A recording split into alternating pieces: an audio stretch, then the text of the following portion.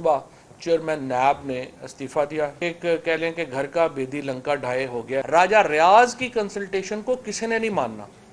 राजा रियाज जो हैं वो सबको मालूम है कि वो एक लोटे हैं। उसकी कंसल्टेशन से अगर चेयरमैन नैब लगेगा ये नाकाबिले कबूल है। स्पीकर साहब से मैं कहूँगा कि थोड़ी बहुत अपने ओहदे की कोई आप चीफ इलेक्शन कमिश्नर ही ना बन जाएं। जिस तरह से उन्होंने अपने ओहदे का बेड़ा गर्क कर दिया है, हर आदमी जो है वो इलेक्शन कमिश्नर और मुंशी को बराबर समझना शुरू हो गया है। स्पीकर को भी मुंशी ना बनाए। तो मैं नैब का इस्तीफा हो गया।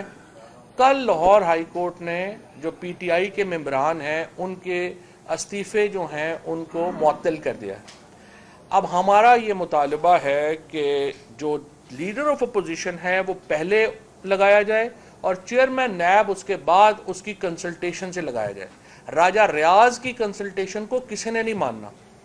राजा रियाज जो हैं वो सबको मालूम है कि वो एक लोटे हैं और वो उसमें और शहबाज शरीफ में सिर्फ जो फ़र्क है वो उसका ताल्लुक ऐसे ही है जो इसी किसी ज़ाती ग़ुलाम का अपने मालिक से होता है।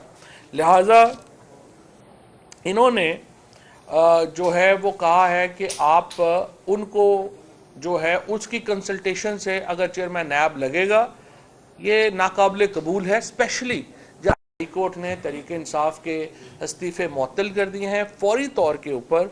आज जो आमिर डोगर साहब हैं जो हमारे चीफ विप हैं उनका ख़त भी जा रहा है स्पीकर को। और स्पीकर साहब से मैं कहूँगा कि थोड़ी बहुत अपने ओहदे की कोई आप चीफ इलेक्शन कमिश्नर ही ना बन जाएं। जिस तरह से उन्होंने अपने ओहदे का बेड़ा गर्क कर दिया है, हर आदमी जो है वो इलेक्शन कमिश्नर और मुंशी को बराबर समझना शुरू हो गया है। स्पीकर को भी मुंशी ना बनाएं। आप ये बहुत बड़े ओहदे हैं। हमें पता है कि छोटे लोग बड़े ओहदों के ऊपर चले गए हैं, उसकी वजह से ओहदे छोटे लगने शुरू हो गए हैं। कुछ शर्म हया करें, आइन को मलहूज रखें और आइन में यह है कि जो मेजॉरिटी पार्टी है अपोजिशन की उसका लीडर ऑफ अपोजिशन होगा। लिहाजा आप तहरीक इंसाफ का प्रोसेस शुरू करें, leader of opposition Tehreek Insaf का लगाएं और उसके बाद चेयरमैन नैब की कंसल्टेशन जो है वो होगी। और